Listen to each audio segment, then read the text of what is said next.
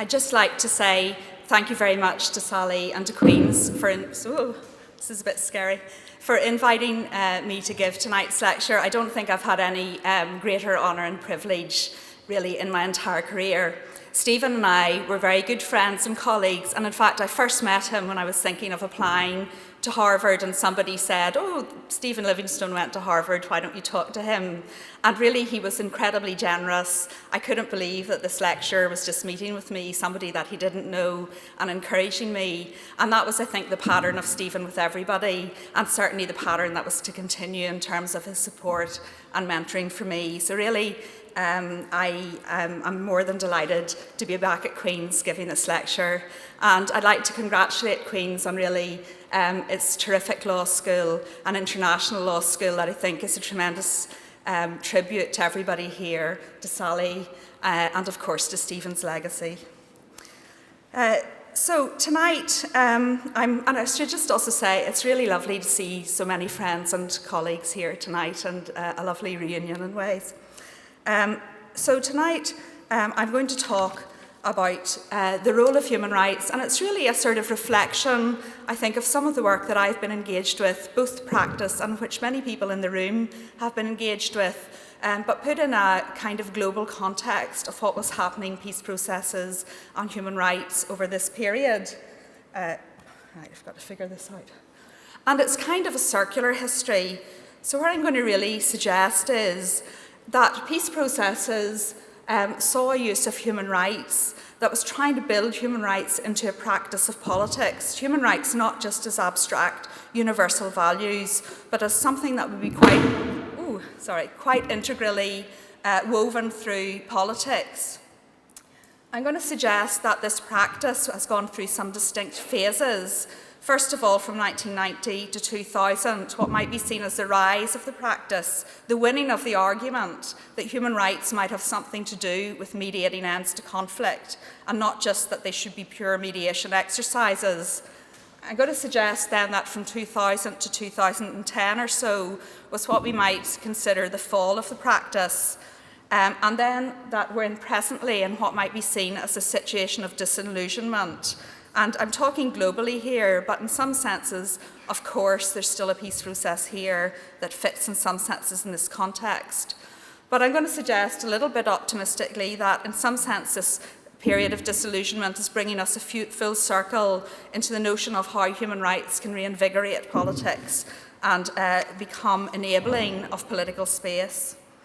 Now I'm going to do the lecture with two different things going on. So I read a lot of law, which means that my brain's a bit mush by the end of the day, and I read other things. And I'm very influenced by the Saturday weekend Guardian column by Oliver Burkeman called "This Column Will Change Your Life." And he suggested another person called David Kane from Raptitude. And I've read this blog. These are sort of slightly anti-self-help blogs. And in this, David Kane talked about writing letters to his younger self. So I have 3 letters in the course of the lecture to my younger self. So rather than giving advice to everyone else or to other peace processes, the idea is you think, what would be the advice that would have been useful for me? Now I do realise that when you do a gimmick like this, for every one person that thinks it's interesting, another 2 are deeply irritated by it. So all I would say is, tough. So I'm going to begin with the first one. Dear younger self of 1st of October 1993, Halloween 1993, it's a bleak time, I know, just a year since law student Sheena Campbell was killed, and almost 10 days since you stood at the bomb site of the Shankill bomb and saw the devastation for yourself. On Sunday night, you went with a group of Presbyterians to Greysteel to meet with the families of those killed and express sympathy from the community from which the killers came. And while this is only the most recent of it, it does feel a bit apocalyptic right now, and I know you're wondering why life as a corporate lawyer in New York did not seem attractive. I realise it'll seem trite of me to say, but my clear advice would be, don't despair of change. Sometimes the darkest, most violent hour is just before the dawn. The peace process in South Africa evolved in secret, alongside the most overwhelming violence the country had known.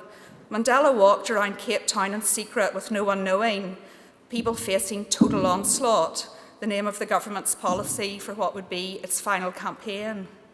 Even now, around you, talks are moving, and this darkness owes something to that process. Peace talks may beget war as all the stakes rise. In fact, you don't realise it, but Northern Ireland is about to become part of a global phenomenon. It may seem like bunkum now to talk of a peace escalation period that will cut across the world, but in times that will how it's come to be seen. One of the most curious things you'll look back on is the sense that the end of the conflict was both totally unpredictable and the process that followed faltering and forever precarious, and at the same time how the process seemed inevitable and inexorably bound to move forward.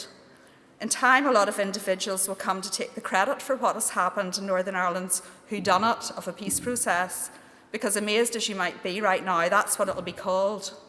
But if I'm advise you how to approach it, perhaps best to realise now that this whodunit is in fact death on the Nile, plot spoiler here, but everyone done it. Perhaps the real secret of the Northern Irish peace process will be its incredible multi-layered approach.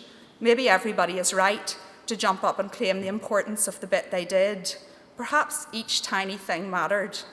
In fact, in the future, it'll be all too easy to forget just how precarious and uninevitable everything was. But for now, these people talking in secret, darkened rooms, are they talking about human rights? Well, not particularly. Very shortly, the two governments will publish the Downing Street Declaration. It will talk of peace and reconciliation, of joint governmental cooperation, of a future based on consent and a constitutional accommodation. There are some references to rights as central to any new constitutional arrangement, but for now human rights are seen as a symptom of the conflict rather than a central issue. This conflict is understood as primarily a national dispute. So perhaps best to know now the ways in which human rights are more than legal or even moral norms, but have a relational dynamic. Rights are not just about the state and the individual, about presenting abuses. They're about the restoration of civic trust.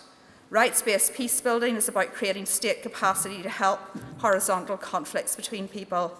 And this is important to remember, because as peace processes develop, people can become increasingly disconnected from those who hold political power.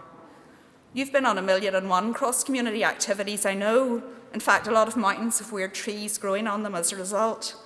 But if there's any room for transcending the issue of whether Northern Ireland is part of the UK or Ireland, it lies in exploring what the fears of discrimination and domination are that underlie these positions and trying to find structures to address them. So the human rights agenda is more relevant than it seems. What you need, however, is to be part of an extraordinary bunch of people, because this type of change doesn't come easy. But don't worry on that account. You're already quite lucky. You have them all around you. P.S.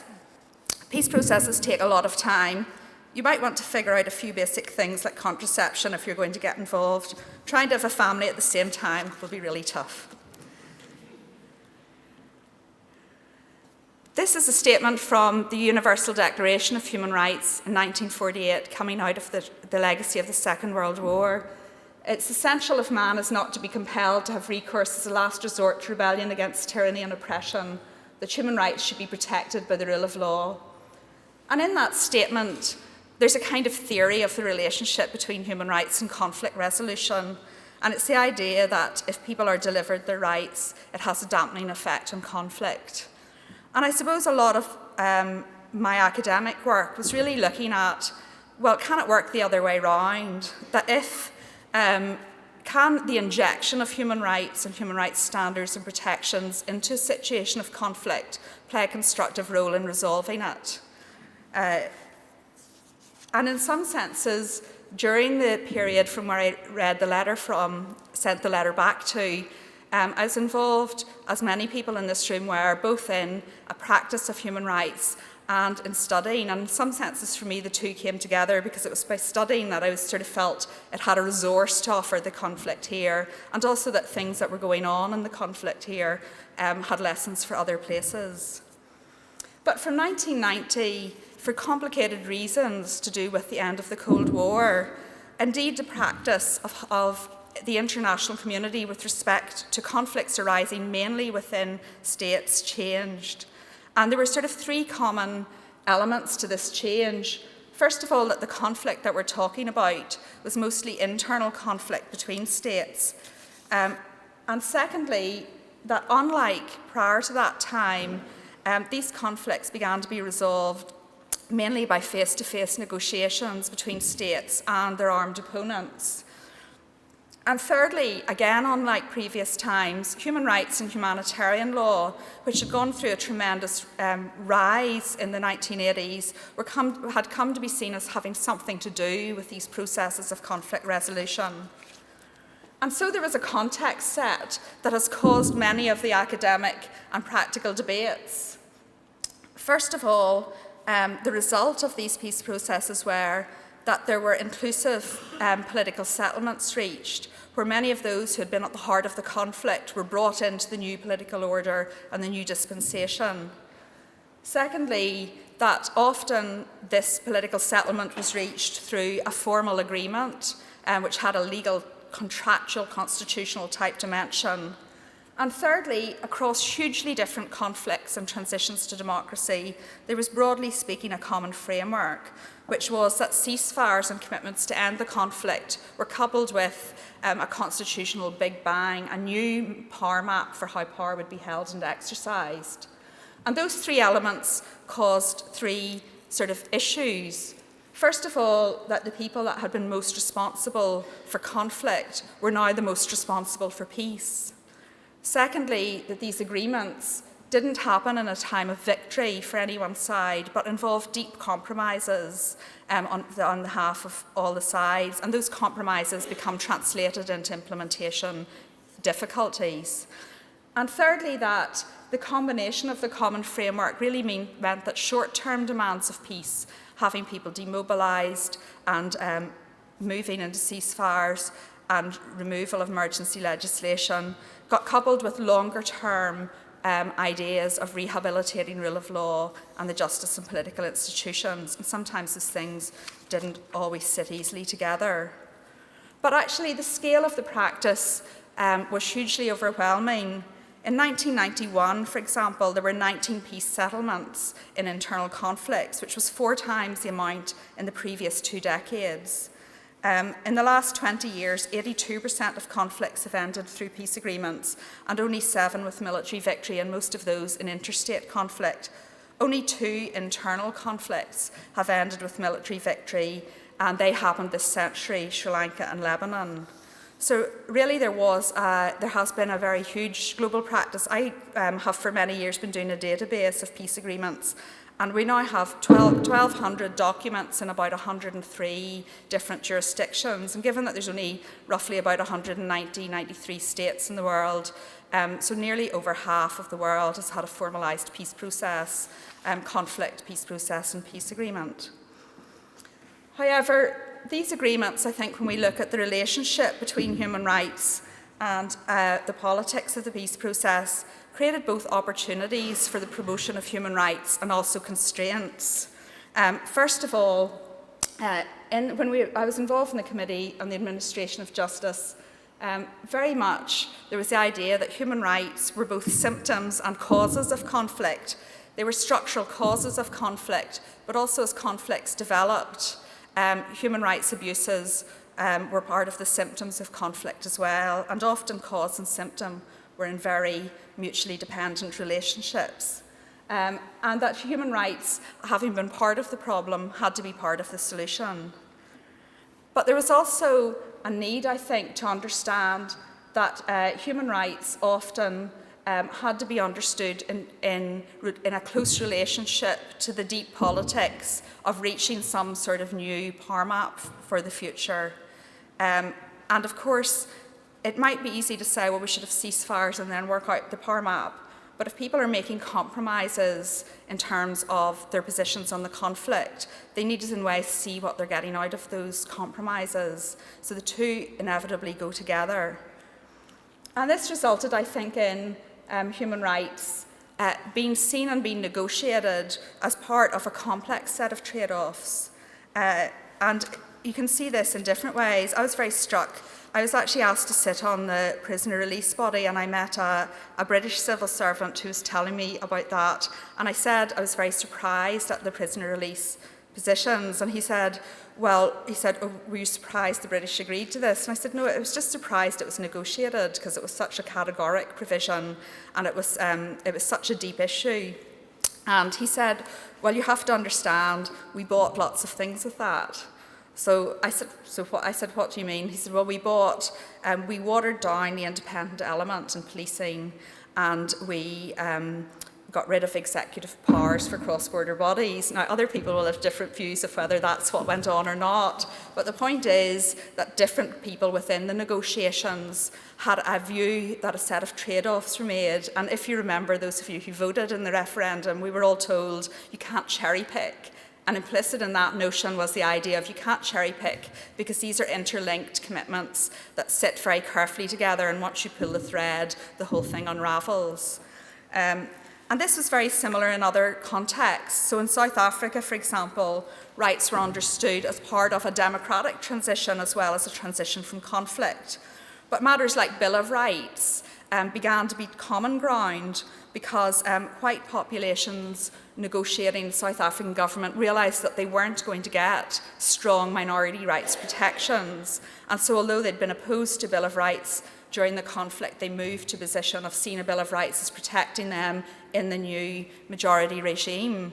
Whereas the African National Congress had been committed to a Bill of Rights and a charterist position, which they remained committed to as part of their commitment that the new regime would not be some sort of mirror opposite to the regime that they were replacing.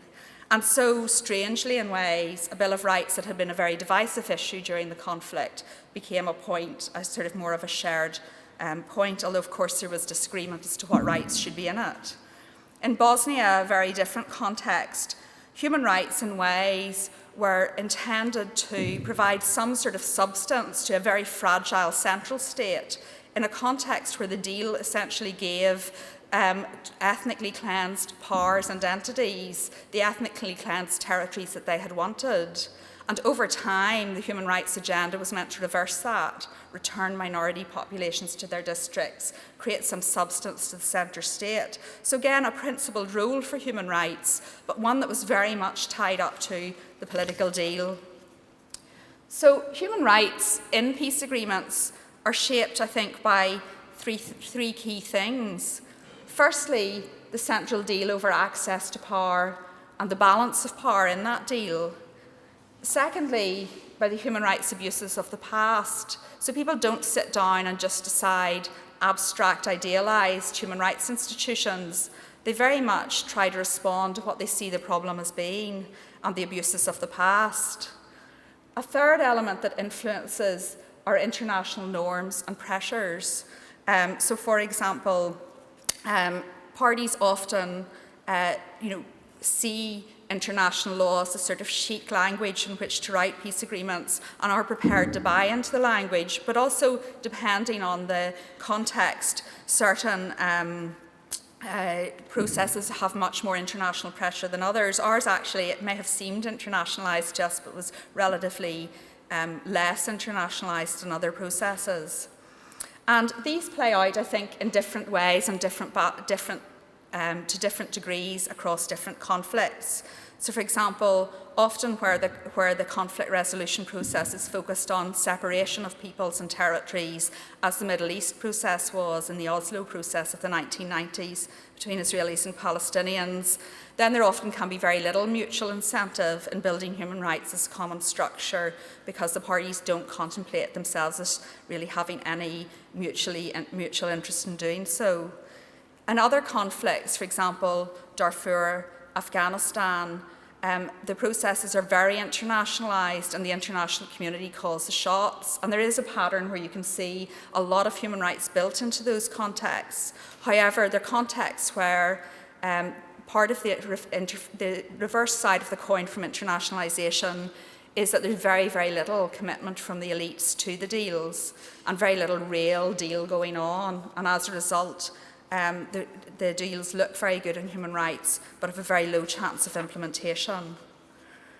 And of course, this kind of complex political positioning of human rights, both as a language of principle, but playing out in a very politicised context, creates classic difficulties of implementation. So on one hand, you get very creative solutions where human rights have the seeds of a transformative potential of a political settlement, but that the role for human rights are really shaped by the balance of power and both the formal and informal understandings of the political settlement that the parties to the settlement have that shape how they understand their incentives. And this has led, that's in both a national peacebuilding and local peacebuilding context. And this leads to often what has been helpfully, I think, called the peacebuilder's contract. So in the very internationalised processes, you often get a situation where the internationals and the peacebuilders are trying very hard to implement what they just see as a normative standards, but find that they're being frustrated by all sorts of complex power structures and deals and understandings that they don't necessarily understand. And so instead of having a sort of principle deal, what you often get are the peacebuilders articulating the normative standards, but often having to compromise with the reality of what are often are quite hybrid, unprincipled forms of power. And I think what it shows is also that, in some senses, implementation of the human rights piece involves a sort of politics and a commitment to a proactive building of the human rights element. And I think the difficulty in the internationalised peace processes are that that politics is often something that international actors are very uncomfortable with. But in some senses, there is a sort of reallocation of power going on. So from 1990 to 2000, really there was an experimentation with peace processes and a form of arguing. Initially, mediators really resisted the argument that human rights were important to peace processes. They said, let's just get the deal and then we can do all of that afterwards. But the argument, I think, began to win that really if you were talking about constitutional structures and ending the conflict, that absolutely involved addressing human rights issues. Now, I'm going to come to my second letter before I enter the second period. So this is a letter to my younger self of the 9th of September 2001. So, dear Christine, you didn't listen on the family front, did you? Your second child has just started school. It seems full on. Ha, if only you knew. I should say at this point for anyone in the room that doesn't know, I have 6 children now. Well, best not to tell you everything just now. You might give up with exhaustion before you even started. And as you've already proved, sometimes just people cannot be told, and of course I knew that when I wrote to you last as well. So autumn again, just over 10 years from when I last wrote. At a big level, things seemed good for a while, didn't they? The agreement was signed and human rights and equality were indeed at its centre. It was passed in a referendum, an assembly was elected and took power. Lucky you didn't agree performance-related pay with the staff at the human rights group, the CAJ. You'd have bankrupted the organisation. But already things are faltering. The Assembly's in an up and down process of suspension and reinvigoration, deals upon deals, and more generally, implementation of the agreement has proved much more difficult than people thought. At a street level, things are difficult too. Some other little girls have started school this September too, but they have to walk through a violent adult dispute at risk of mental and physical well-being. The world will see it as black and white, but in Northern Ireland, almost every organisation is falling apart over what to say and do. You've been there, and it's not a pretty sight. In fact, tomorrow you'll meet with the Church of Scotland in Dunblane, of all places, and see the Presbyterian Church in Ireland defend its rather silent position of communal self-defence in the face of Scottish consternation and embarrassment over lack of moral leadership. And I hate to even write it, but the next day, something terrible will happen in New York. You'll walk along the pavement looking at people walking past and trying to fathom the numbers killed and remembering breakfast in the windows of the World Restaurant at the top of the World Trade Centre and the incredible huge complex of tube stations that formed around its basement. The world will seem both a bigger, more terrible place and at the same time a smaller place. From a human rights and peace process point of view, the consequences will be devastating, although they'll come gradually. A decade of optimism will be replaced by a more complicated world. The United States and Western states will move back from human rights, and the universal prohibition on torture will even come under unprecedented pressure. international conflict will increase and it will make the world less safe rather than safer. More treacherously and devastatingly perhaps, you'll lose human rights as a language of common good somewhat. Governments are beginning to appropriate human rights for all sorts of nefarious purposes. Women's rights will be used to justify the invasion of Afghanistan and later Iraq. Yes, Iraq again. Humanitarian intervention will not mean blankets and shelter, but bombing.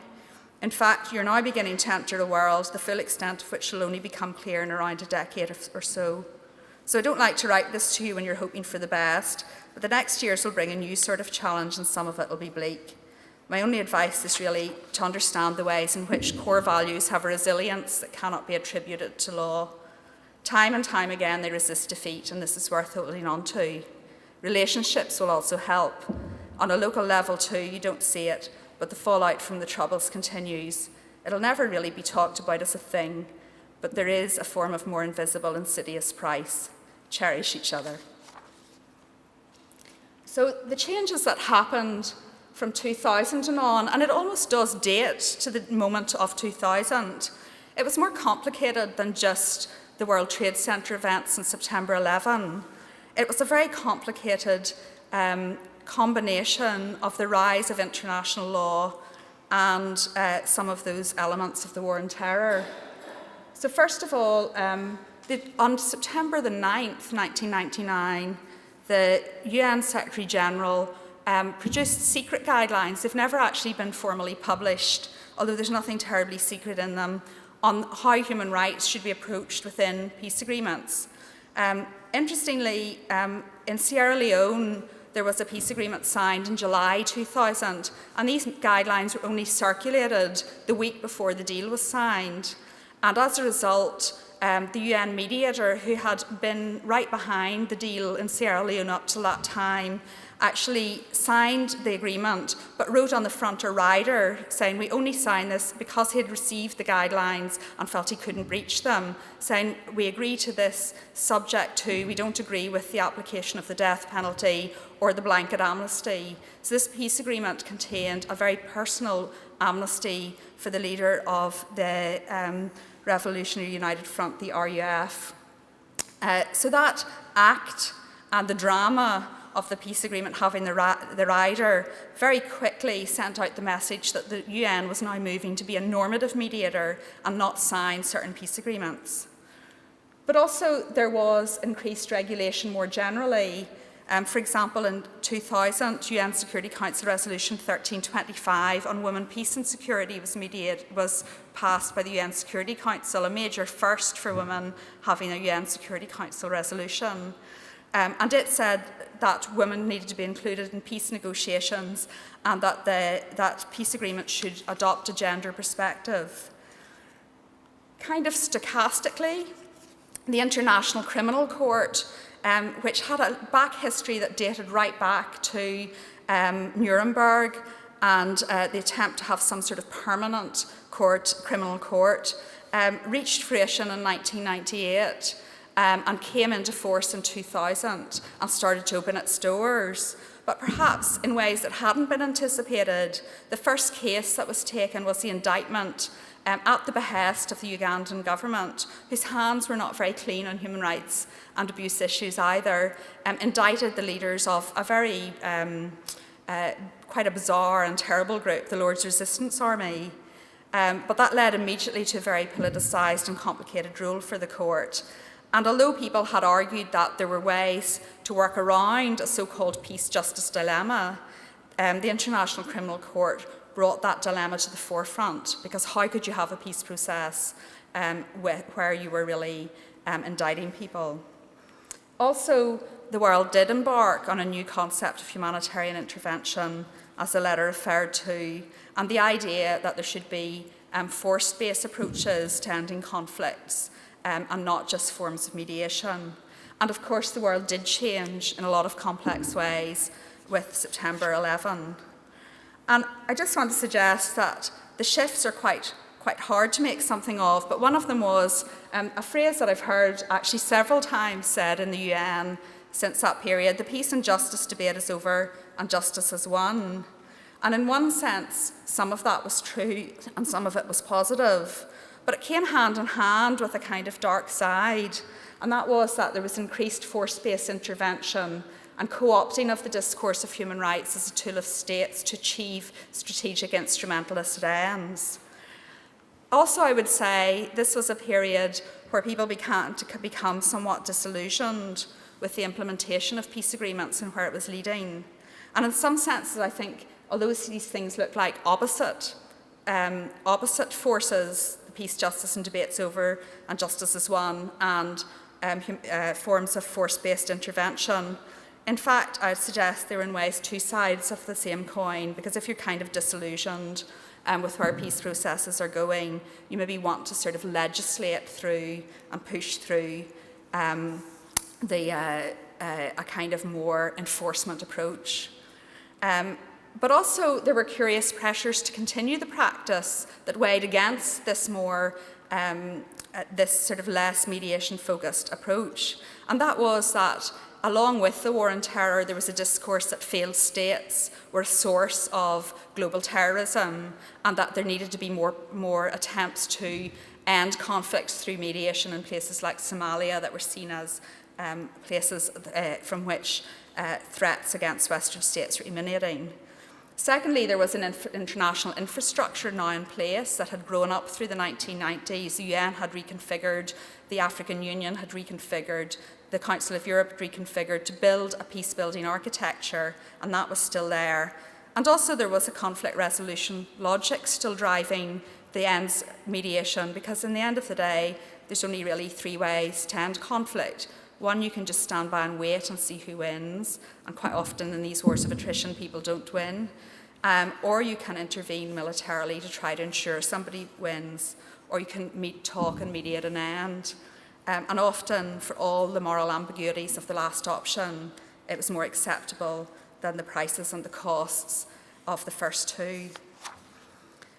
So that brings me to my last era, and really where we are now. This doesn't really have such a clear start date of 2010, but I did it to there. It's really a way of saying the most recent phase.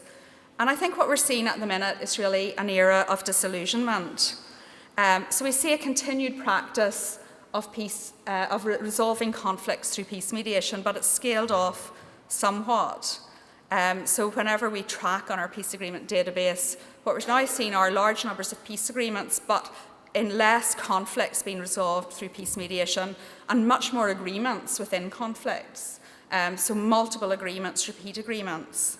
I think it also is an era where the positioning of human rights is quite complicated and difficult, partly because human rights now have this notion that we're enforcing a certain trajectory, rather than something that's happening in a more creative space of trying to enable political space and enable dialogue and people to reach solutions and accommodations. It's also very true to say that there's now really a consensus that the direction of travel of peace processes is very, very uncertain. So that it's not necessarily the case that these processes always move forward. And this, in some senses, has become accentuated because not only have some agreements failed very dramatically right from the get-go, for example, Darfur, Afghanistan, but other ones that seemed fairly successful, like Burundi, which reached a form of conclusion in 2000 and a new constitution in 2005, suddenly have dramatically unravelled overnight. And this has given rise very much among international organisations of a sense of nothing has turned out like we planned, and quite a crisis over international intervention itself. So, for example, the research project that Sally mentioned that I have from DFID partly is funded by DFID because there's a sense that when of development agencies, and it's not just DFID, you can see the Swedish Development Agency, Australians, all making a similar move of saying, why is it that our governance interventions, our aid interventions are not working the way we planned? And the answer they're really coming up with is because we have failed to sufficiently understand the complexity of the political bargaining at the local level. Similarly, this year there's been 3 major reviews at the UN level: Peace Building Architecture Review, a review of 1325, the Women, Peace and Security Agenda, and a peacekeeping review, a review of peacekeeping operations. And out of those reviews, very much again coming a very similar sense of why are things not working the way we think they did? Why? And a sense that it is not just a failure to have lessons learned, but it's a failure to understand the problem and be able to articulate it. And again, a part of the answer seems to be people saying we've misunderstood we've insufficiently engaged with the complexity of the local bargaining dynamic. And so a part of this circular history, in a sense, is that I think there is now a return to saying we need to understand better how it is we negotiate change into practice and how we engage with the pressure to trade off in complex ways, and how do we get the best deal for people in terms of the protection of their human rights in the future, in terms of good government and forms of democratic participation. But that return to politics is happening in a very, very different world than existed in 1990. And a piece that I've been sort of influenced by Thomas Carruthers and Samit Maram, I don't agree with everything in it, but I think it captures something of that current context, is that this is a transformed transitional era, and Carruthers talks about the end of the transition paradigm. In other words, the realization that these transitions are very uneven. It's also a context in which many conflicts in the world, there are complex mutations and relationships between conflict, criminal and organised crime. And it's quite interesting when some of the very optimistic developments, I think, in Colombia with the FARC, the peace agreements are really engaging with the complexity, for example, of the drug situation, which has been very bound up with the conflict there, and an attempt to deal with socioeconomic rights violations at the same time. It's also, there's a widespread phenomenon of disillusionment. It's not just hotspots of Ukraine and Syria. And what Carruthers suggests is a new normal, where now, rather than having Western states intervene, articulating some notion of the common good, that there are a lot of different new actors in the mediation and intervention context, and that these states are motivated by diverse non-ideological interests that are hard to generalise or pin down, and that they're using increasingly forceful methods, and that often neighbouring states are having more influence on these internal conflicts than the traditional players. And part of that then, I think, is married with the idea that there's a turn to local context and a focus on domestic politics. And here literature and analysis is looking at hybrid political orders that are in some sense democratic and about good government, and in another sense about quite complicated elite deals and networks of patronage. But it is fair to say that while people are recognising that there's a need to engage with that world, they're very short on ideas of how to do it. And so in ways, as I've reflected on the last 25 years and a practice that I've been a part of in some senses and written about, I think, well, what is the position we should have on this? And I don't have direct answers, but I'm very attracted by this notion of critical friendship. And I think one of the first questions I would have in ways for human rights activists is, do we support peace processes? Do we think they are things that just, are always on principle deals, or do we support them? And I would suggest there is an importance of critical friendship and understanding the human rights ambitions of compromise, and that ending conflicts itself has a human rights end of protecting life. But at the same time, there are complex questions to be grappled with that are difficult. So I think the second issue is how do we move from the bargains that have to take place to enable an end of conflict, to moving from violence without kind of keeping those bargains in some sort of static place where we are not able to transform from the fundamental tenets of the conflict.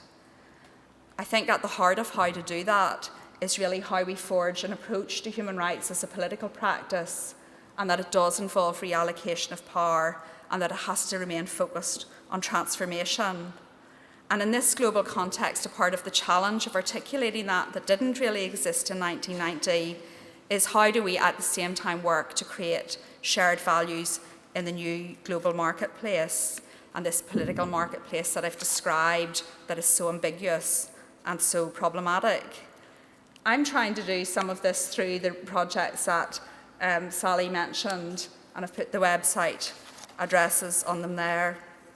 But I want to finish with the third letter to myself. And this is the letter. This is a kind of complicated one, so you have to bear with me. This is the letter from myself of a couple of days ago to my slightly younger self of about a week ago. So if that sounds a bit mad, yeah, it is. Dear Christine, so I could give you lots of grand advice, but I'm a bit worried you just need to buckle down and get on with writing that lecture. Such an honour to be asked, but not easy to know what to say, I realise. My most basic advice at this stage is don't waste time Googling words and phrases in desperation. You might call it research, but we both know it's the most pathetic form of procrastination possible. Google's not some sort of mystic oracle at Delphi which will answer philosophical questions, and I'm pretty amazed at how someone like you persists in the practice. Strangely, a part of why this lecture is difficult to write is because there'll be another deal soon, but it feels less like a new Rubicon than ever-decreasing circles of narrowness. I wonder if you'd have postponed your honeymoon in 1994 if you'd realised that all these years later we'd still be at it. I wonder how much energy you'd have felt if you'd realised that in 2015, in a part of many deals, we would still not have figured out how to deal with the past, and would invent ever more mechanisms for paramilitarism, parades and protests, with little mention of poverty and inequality as also unfinished business, much less giving them a clear mechanism for change. And what would you now do differently if you were somehow to go back there again?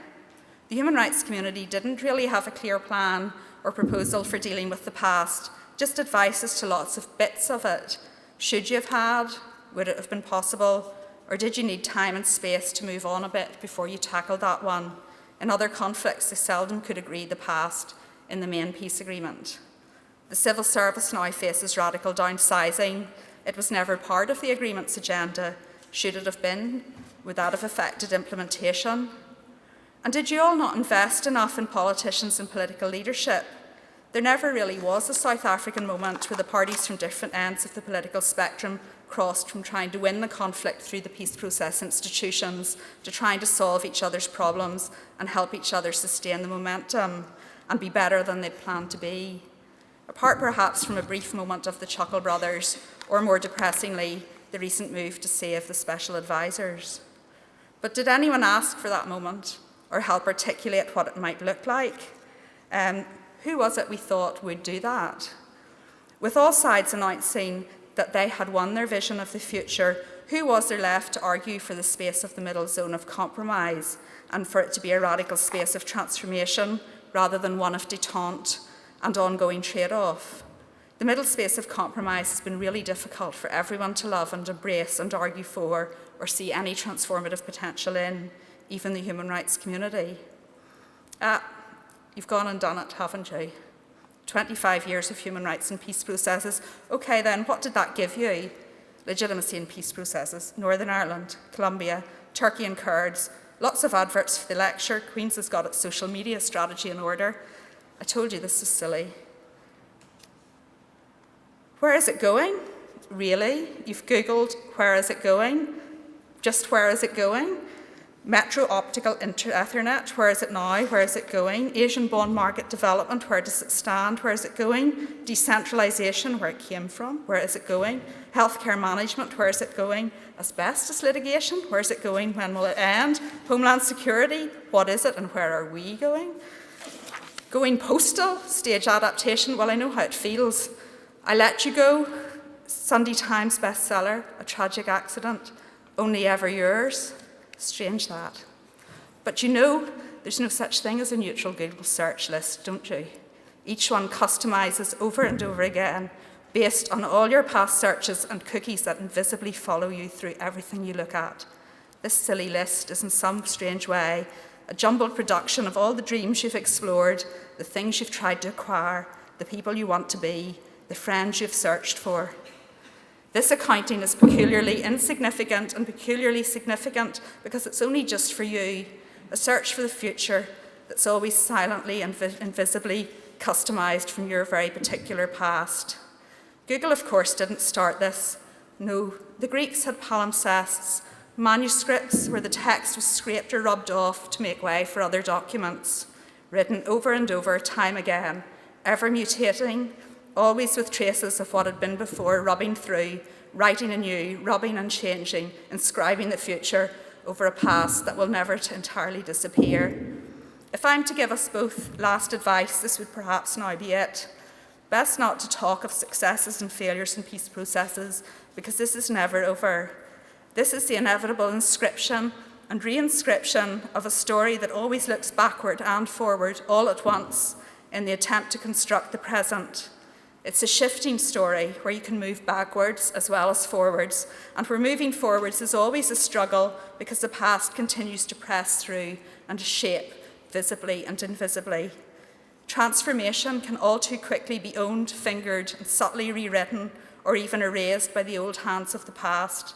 But the past can always be transformed by people who are prepared to demand a bold vision of a fairer and more just future and seek to more deeply inscribe a different story. Different moments hold different opportunities and challenges. A part of the difficulty of the labour is precisely that all our efforts to inscribe the future interact, customise and mutate.